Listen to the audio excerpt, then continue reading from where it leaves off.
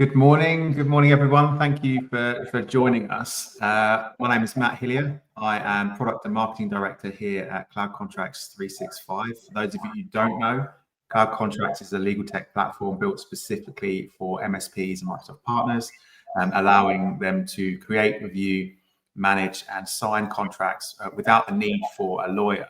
I'm really excited this morning to be discussing this topic, a really crucial and really evolving topic around AI and around contracts. I'm joined here by Kim Simmonds, our CEO and founder, and also CEO and founder of Law 365, a professional services law firm built specifically for tech businesses. Kim, welcome, and thank you for joining us. Yeah, thank you so much, Matt, and thank you for those who've joined the live and for those who will be watching this on the recording.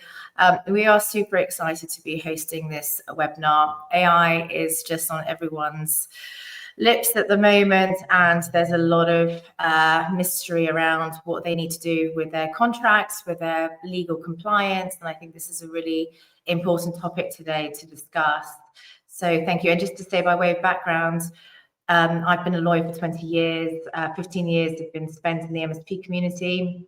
So very much understand the MSP everyday business and, helping those that industry grow with less risk. So yeah, really honored to be here. Thank you. Great. Thank you, Kim. Just a little bit of housekeeping before we begin. If anyone wants to connect with Kim during this call, as you can see below, down here, there's a QR code. If you scan that, it'll take you through to a LinkedIn. You can connect with Kim, message the word protect, and you can connect for a 30-minute discovery call around any of these topics or anything else that you have regarding legals. So the agenda for today's webinar is we're going to have a Q&A discussion, myself and Kim, like a fireside chat around AI and what things you need to consider when prepping yourself and your clients for AI. We're then going to delve into a demo, if everyone's happy with that, and a quick demo of the platform, how it can help you to become AI ready, and how it can help you with your contracts. And then finally, we'll have a Q&A session where you can raise any questions if you raise any questions in the chat, and we'll address those in the Q&A session at the end. And then finally, we have an exclusive offer for this webinar for our products and services. So if you stay to the end, you'll have access to that as well. Awesome. So, right, let's get into this topic of AI contracts and what we really need to do in order to get you guys ready for bringing AI into your business and into your client's business. So, Kim, what do MSPs need to consider with AI, bringing AI both internally and with their clients?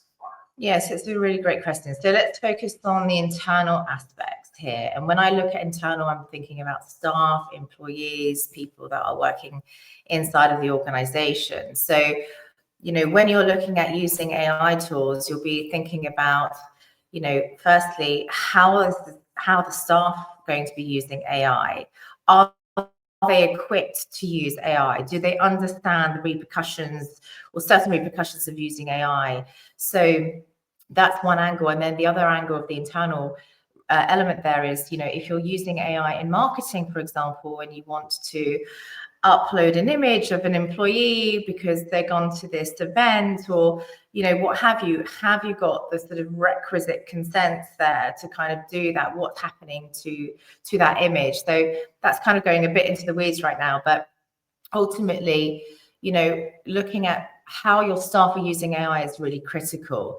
You're looking at it from the angle of, are they aware that what they're using could be client confidential information, for example? Are they aware that that piece of information might be proprietary, so your own intellectual properties and the business's intellectual property, or it could be client's information, IP as well. So, are they aware that there is what they're holding as the data? And then you're looking at data protection, of course, the privacy element of uploading certain personal identifiable data on there. And it's really sort of making sure that from an internal perspective, you've got the right, firstly, what AI tools are being used by your staff. Have you protected and ring-fenced that? Have you got the right enterprise licenses so that they're not going to use AI tools that they want to go use? And that's really critical. And are you sort of managing that? Are you training them to understand the risks of that?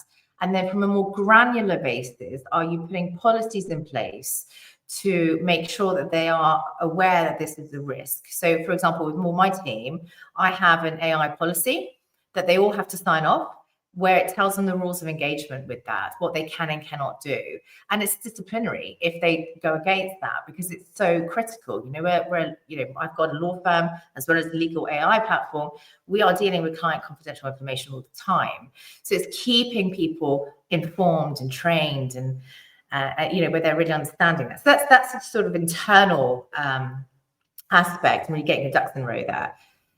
External, there's a lot here from the client's perspective, because clients now, they want to get on the AI bandwagon. They know that people are using AI, but they really need to be told how AI is being used, and that's really looking at understanding what that AI tool is doing from a data protection point of view. Where is that data residing? Where is it being stored? Where is it being transferred? How is it being recycled? All that kind of stuff.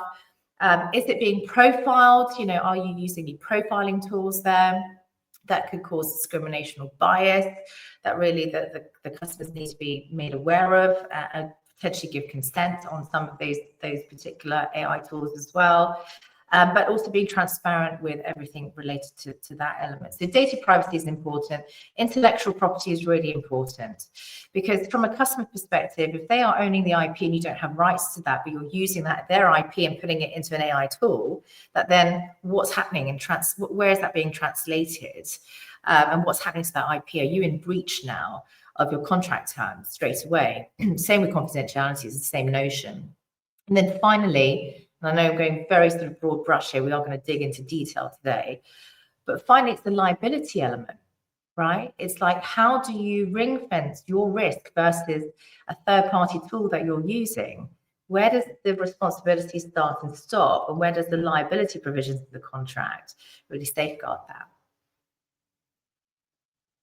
Oh, we can't hear you. Helps to take myself off mute. There's a couple of things you touched on there. One specific thing around shadow AI.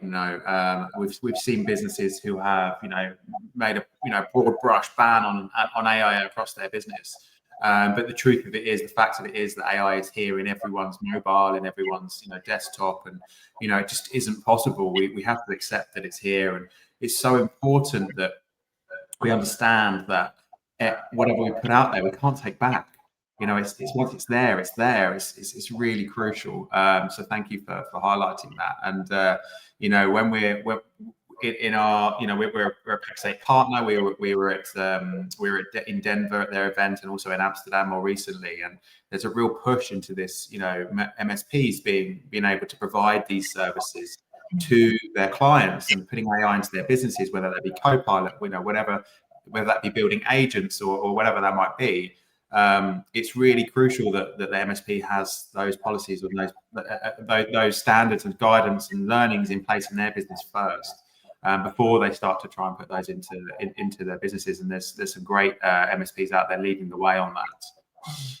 So with regards to guidance and policies, what are the guidance policies that MSPs really need to consider when adopting AI into their operations? Yeah, it's not a clear-cut answer, because the first thing you need to do is figure out what results you're trying to generate through the AI tool. Because the first thing is, what results are you trying to generate? Therefore, what kind of issues could come up by virtue of needing certain data sets to generate that result? When you understand that, then you can start the due diligence process on those AI tools. That's really critical. Ignorance is not... you can't just feign ignorance at this level, right? So understanding, especially if it's going beyond Copilot, right? What is it that AI tool is doing with that data set? Where is the IP sitting? Where is the confidentiality? I know I'm I'm beating the same drum here, but it's really important to understand this stuff, because you might also touch upon, if that data is going out to EU, if it's going abroad further than that, what are the risks and repercussions of that vis-a-vis our sort of compliance requirements here. So I think it's first getting that picture very clear in your mind, And then you can formulate the policies. Obviously, privacy policy is something very important for all businesses to now kind of go revisit. So go back on your privacy policy. A lot of people have not touched it for years, right? Which is not going to be is now definitely going to be outdated. So look at your privacy policy, both internal facing privacy policies, because you'll need those, as well as your external privacy policies. Are they up to date? Are they compliant? Do they have the requisite consents needed? Are they sort of explaining where data is being stored? Look at your cookie policy as well. Look at your website terms and conditions. People are using AI tools on their websites more and more now, which could go into profiling, and that could result in discrimination and bias issues. Do you have requisite consents for profiling if people do land and put their personal identifiable details on your website and you're profiling against that, or you're doing a credit score or whatever it could be? So just understanding that element of things. And then I think you kind of need to go into things like your DPIA. That's really important. A lot of people don't even have a DPIA. So if you don't, definitely get one. And because now we are entering into an age where you're almost not able to get away with not having one, you have to have one. I think things like that are really important. Looking at your website terms and conditions as well, like how they're using the website, especially if there's things to fill in on the website, or there's content that's being generated, or sharing of content, or some sort of forum or anything like that. Just make sure that you're really aware of what the terms are of landing on your website, get that compliant and up to date. And then obviously going into terms and conditions as well, which obviously we'll talk about in a second, but that's really important. Great, thank you. Yeah, it's so important in this current world that we're seeing at the moment, especially with a lot of the way the industry is. It's so important to have this protection in place, and it's only a matter of time before businesses start to see the impacts of not having them, and we really start to see those crop up in the news and the industry itself. So we talked earlier about PAC-SAY, especially as that's what we've been kind of exposed to. Other distributors are available, obviously, but they're really pushing this MIP, this shift from MSP, managed service provider, to MIP, the managed intelligence provider, and really looking to the future and what does the future hold for this, and how do businesses need to evolve, because in this world of agentic and AI, really pushing into that's the realm that the customers are going to need, even if they don't think they need it now, or they don't understand it now, or they're not comfortable bringing it into their business now. It's here, it's coming. The rate of evolution is so fast now. So with that in mind, what is it that MSPs or MIPs really need to speak to their clients about, and in order to get them ready for AI in their business? So what can they pass down from their knowledge, their understanding, into their clients, and really have that value add to their end client? Yeah, so this is now almost critical for MSPs or MIPs, to start getting familiar with exactly what tools they're using, or what tools they're going to be passing through to their customers. You cannot feign ignorance, like I said, and you need to do your due diligence. You need to be armed with Q&A, because customers who are not in this world, right, they're not in the tech world, will be relying on the MSPs to guide them in terms of security, in terms of data privacy, in terms of what happens to my confidential information, what happens to my employee. If I'm using this tool, you're using it on my behalf. So it's really getting armed with FAQs, fact sheets, understanding what the due diligence is. And then historically, MSPs would never dare sort of talk about compliance policies and putting those in place for their customers, because it's not their remit, right? But I think more and more they're becoming hybrids of, and especially the MIPs, they're becoming a hybrid of everything is there, in one place, and they've got to be servicing that. And that includes knowing what kind of policies your customers are going to need to have in place, because you can translate the tech issues into their business issues. And it is going to be a bit of a supply chain issue there. So knowledge all the way through the supply chain is really critical. So just understanding that, we have policies on our platform which help MIPs, MSPs to kind of flow those down, because they're always being maintained by lawyers. So they're always up to date. So they can feel rested assured that they can take on that side of things. So yeah, knowledge, really good, intricate knowledge of what is happening, especially if you're using agentic work there, and it's what, lots of workflows across different platforms, different departments in the organization. Where does that data kind of touch, and where the risks could be inherited? Great. Yes. Yeah. And it's getting clients ready, especially. I've attended a few of our clients, sessions, in-person sessions with all of their clients, where they're relying, on the MSP to educate them around AI and moving them from the space of fear, not understanding AI, to a place of actually this is the realm of possibility and understanding that. But it's the interesting element is, okay, what do they need in order to have that, and understanding, not having read a substantial amount of the EU AI Act, understanding that it's not just the business that's supplying this AI that's going to be looked at. It's also any business that is using AI anywhere needs to have policies and practices in place. So it is really, really important. So from that angle, and from a contract angle, what are the specific clauses and sections within an MSP's kind of core agreements do they really need to prioritize reviewing right now to address the emerging advancements in this technology? Yeah, I think firstly, having a sort of AI acceptable use policy is really important. It educates the customer as to what they can and cannot do, but it protects the MSP from making sure that if they're breaching that, that's not their issue and liability. I think that's important. Looking at, the use of AI tools and excluding the liability to the extent that it's not within the control of the MSP is really important. So actually expressly writing that in your contracts in the sort of liability section and the exclusion of losses section is really, really critical there. I think looking at it from a data privacy point of view as well, really being transparent, getting that DPA kind of in line with what kind of tools you're using, if there's a required consent needed, where that's being processed, and doing that due diligence exercise now is really important. So understanding the sort of supply chain effect. And then intellectual property, because if an MSP or MLP is creating any kind of IP by virtue of using, an AI tool, where does that IP sit? Does it stay with the MSP? Does it go to the customer? Does it go to the AI tool? Like you need to sort of understand from an IP position where everything is sitting in your business and with the customer. So I think those are sort of the main sort of areas of concern. Yes, yeah, and IPs, especially for our business, is so important. Having that, protecting that is really crucial. So as part of this webinar, we're going to be giving away a checklist for you guys, just to hand. It'll be sent on to you after the webinar.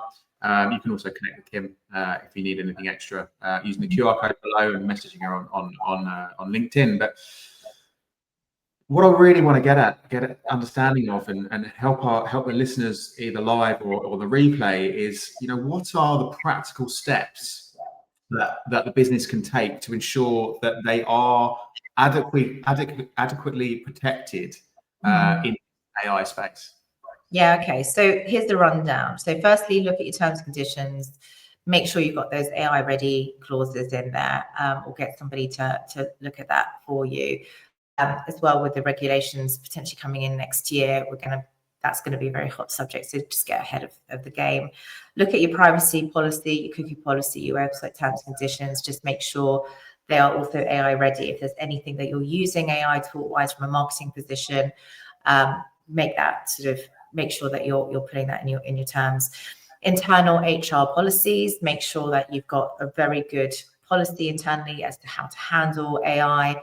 Lock down any shadow AI, try to manage that from a process point of view. Keep training, keep monitoring, keep maintaining those, because like I said, legislation is evolving all the time. And by the way, the ICO has fantastic updates that you can just go and sign up to keep you up to date with what's going on with that side of life. And then the DPIA, make sure your DPIA is up to date. That's really critical. And then just do a general risk analysis around confidentiality and intellectual property, both from your own internal position. So from the business side, if my staff are using my IP, what's happening to that IP? Have I retained my valuation? And then look at it from the customer side, and look at it from the supply chain side as well, the AI side. So I think that's really important, and how to safeguard these things. Yeah, and again, you touched on that shadow AI. The way we've dealt with it in cloud contracts is by supplying our users, our employees with the tools under an enterprise license, so that there isn't that risk that they're just going to go on their phone and copy some code in, or whatever it might be, innocently. Trying to really be efficient. No one's out there to leak secrets purposefully.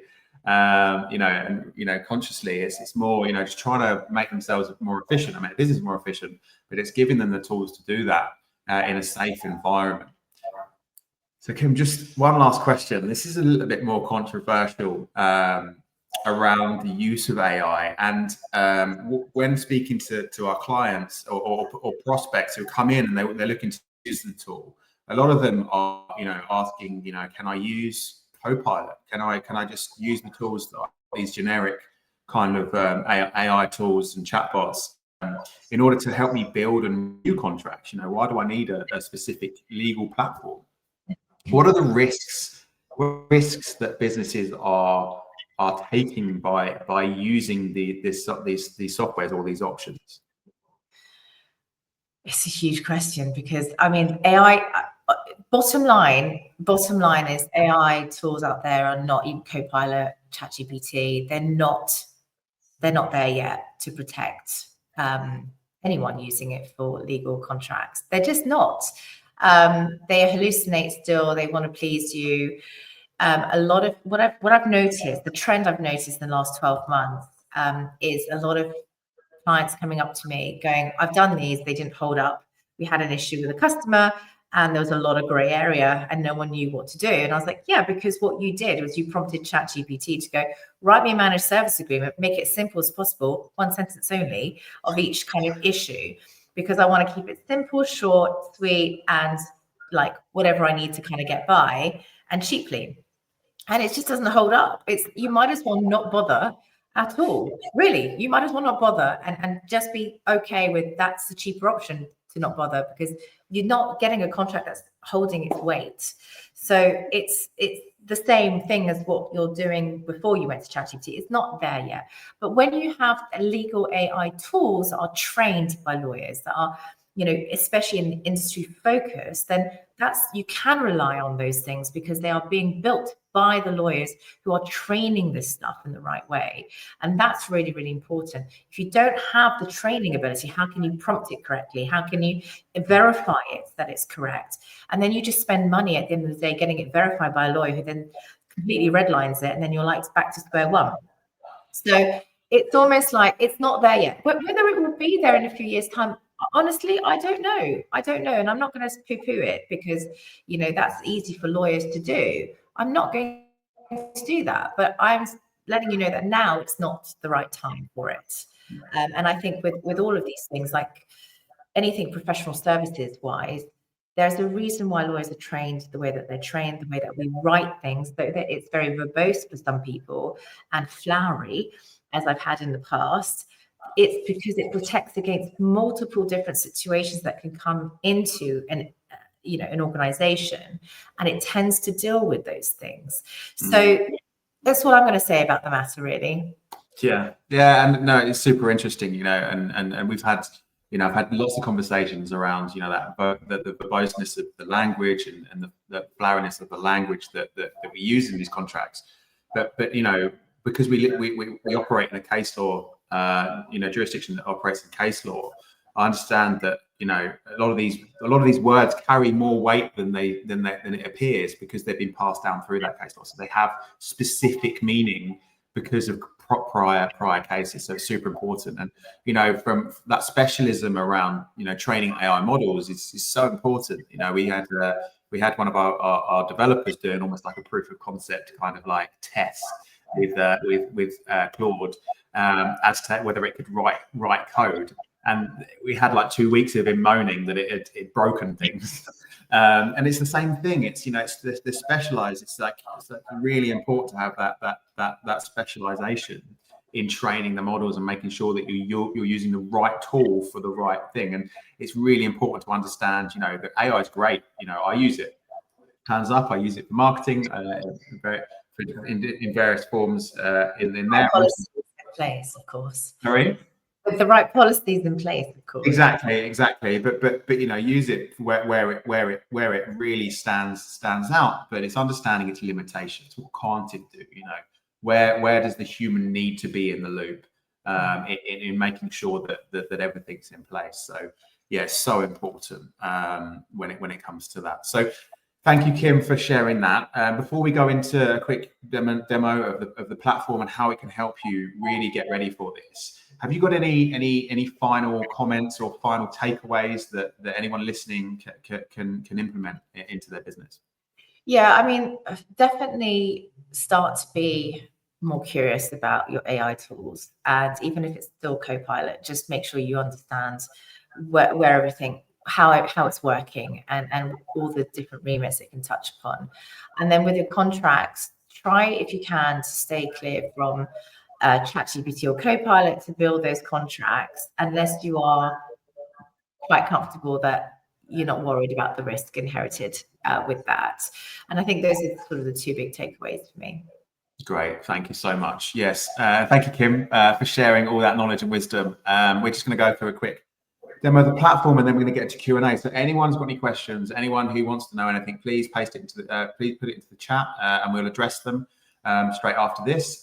Anything, the floor is open for any questions you may have for either myself or for Kim as well.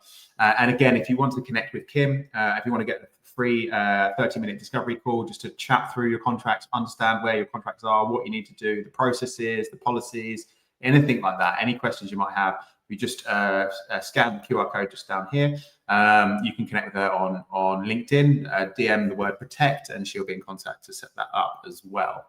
So let me share my screen quickly here.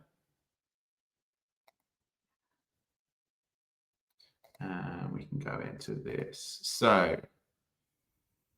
So this is the platform as you land on it. So when you sign up, come in, land on the dashboard, and really it helps you to do three things. It helps you to build your own contracts and policies from best-in-class templates, industry-specific templates that are specific for MSPs and Microsoft partners. It allows you to create your policies as well. It allows you to review contracts. So if you have clients who insist on using their paperwork, or you want to review vendor contracts, or someone's changed and redlined your contract, and you want to understand what legal risk is in there, it has that ability to show you how to do that. It also helps you to manage contracts. So anything from renewal reminders, being able to make sure you're not leaving any cash on the table when it comes to renewals, all the way through to signatures. And we have unlimited e-signatures in all of our packages. So when you come to build a new contract, let's say you've got a new deal on the table and you want to build a new contract or a policy, you come in here, you can select jurisdiction. We are live in the England and Wales jurisdiction. We also have US contracts. We have all of the states and all the nuances and all of the contracts for all of the states in the US.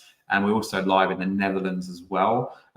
So if you need any of those jurisdictions, you can have it as a single jurisdiction or as a multi-jurisdiction, so you can have access to all of them as well. We're then looking at contract categories. So under here, you've got commercial contracts, employment contracts, where we're also expanding into corporate contracts. So we've got a vast amount of contracts that will be launching onto the platform and policies for you to use both in your business and also as a sell-through, as we spoke about earlier, as a sell-through to your clients, to make this tool not just a tool for you, but also an asset to your business, an asset to your sales team. That it means you can pass these through to your clients. So let's say you want to build your contract. For UK companies, we have an API to Companies House, so it easily looks up the client details and pulls them through into the contract with all their company number. You don't have to look up, you don't have to copy and paste and reformat things. It brings it all in for you. And then it goes into more specific questions around those contracts. This is an example from an NDA. It's asking you about the length of the contract, how long would you like the term of the agreement to be. We always populate with the industry standards. So here we're recommending 3 years. If you wanted to change that, by all means you can. You can 1, 2, 3, 4, 5, whatever it might be. If you go outside of what's recommended, we will guide you and maybe suggest that you don't go outside that bracket. But you can choose to go ahead. It's your contract if you so want to. And then we get into the more specific, industry specific terms and questionnaires around things like Microsoft licenses. Are you selling NCE in this agreement? Do you want the NCE terms in there?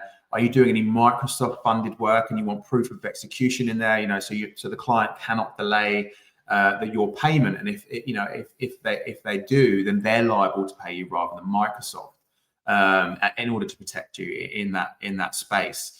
And then finally, you're claiming any rebates. Do you want to make sure that you are in the contract as the claiming partner of record, digital partner of record, so you can claim those rebates?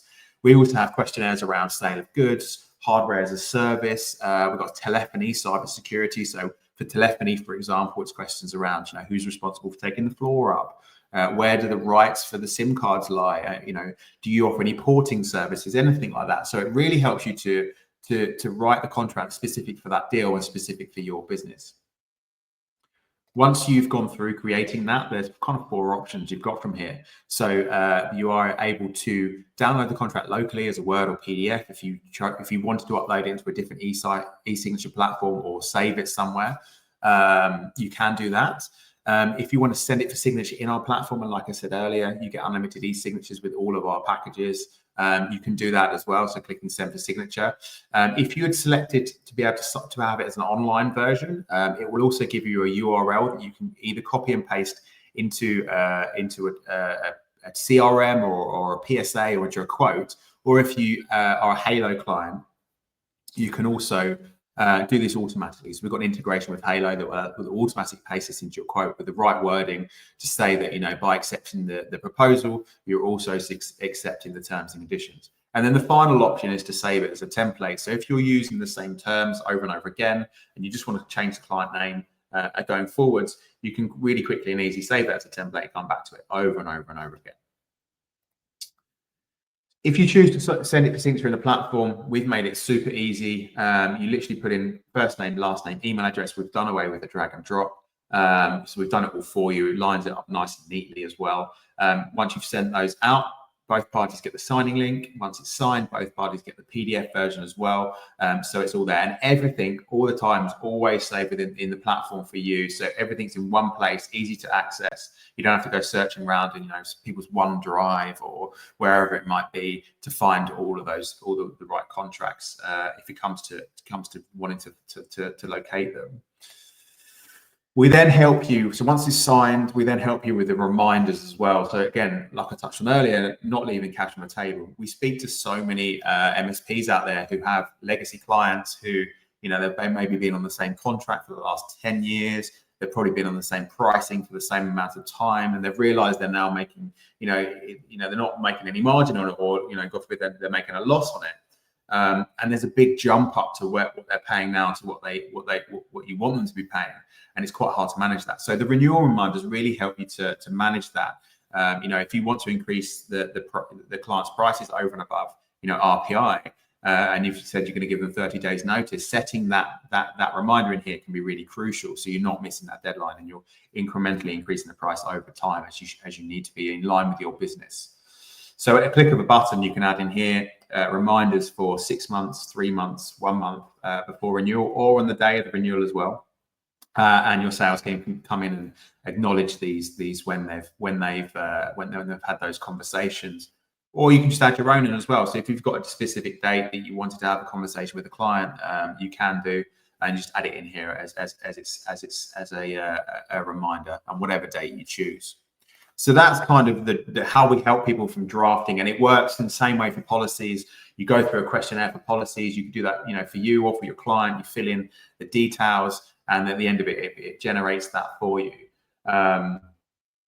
We then have the ability to, first of all, to upload any contract for the platform for either for signature or for storage.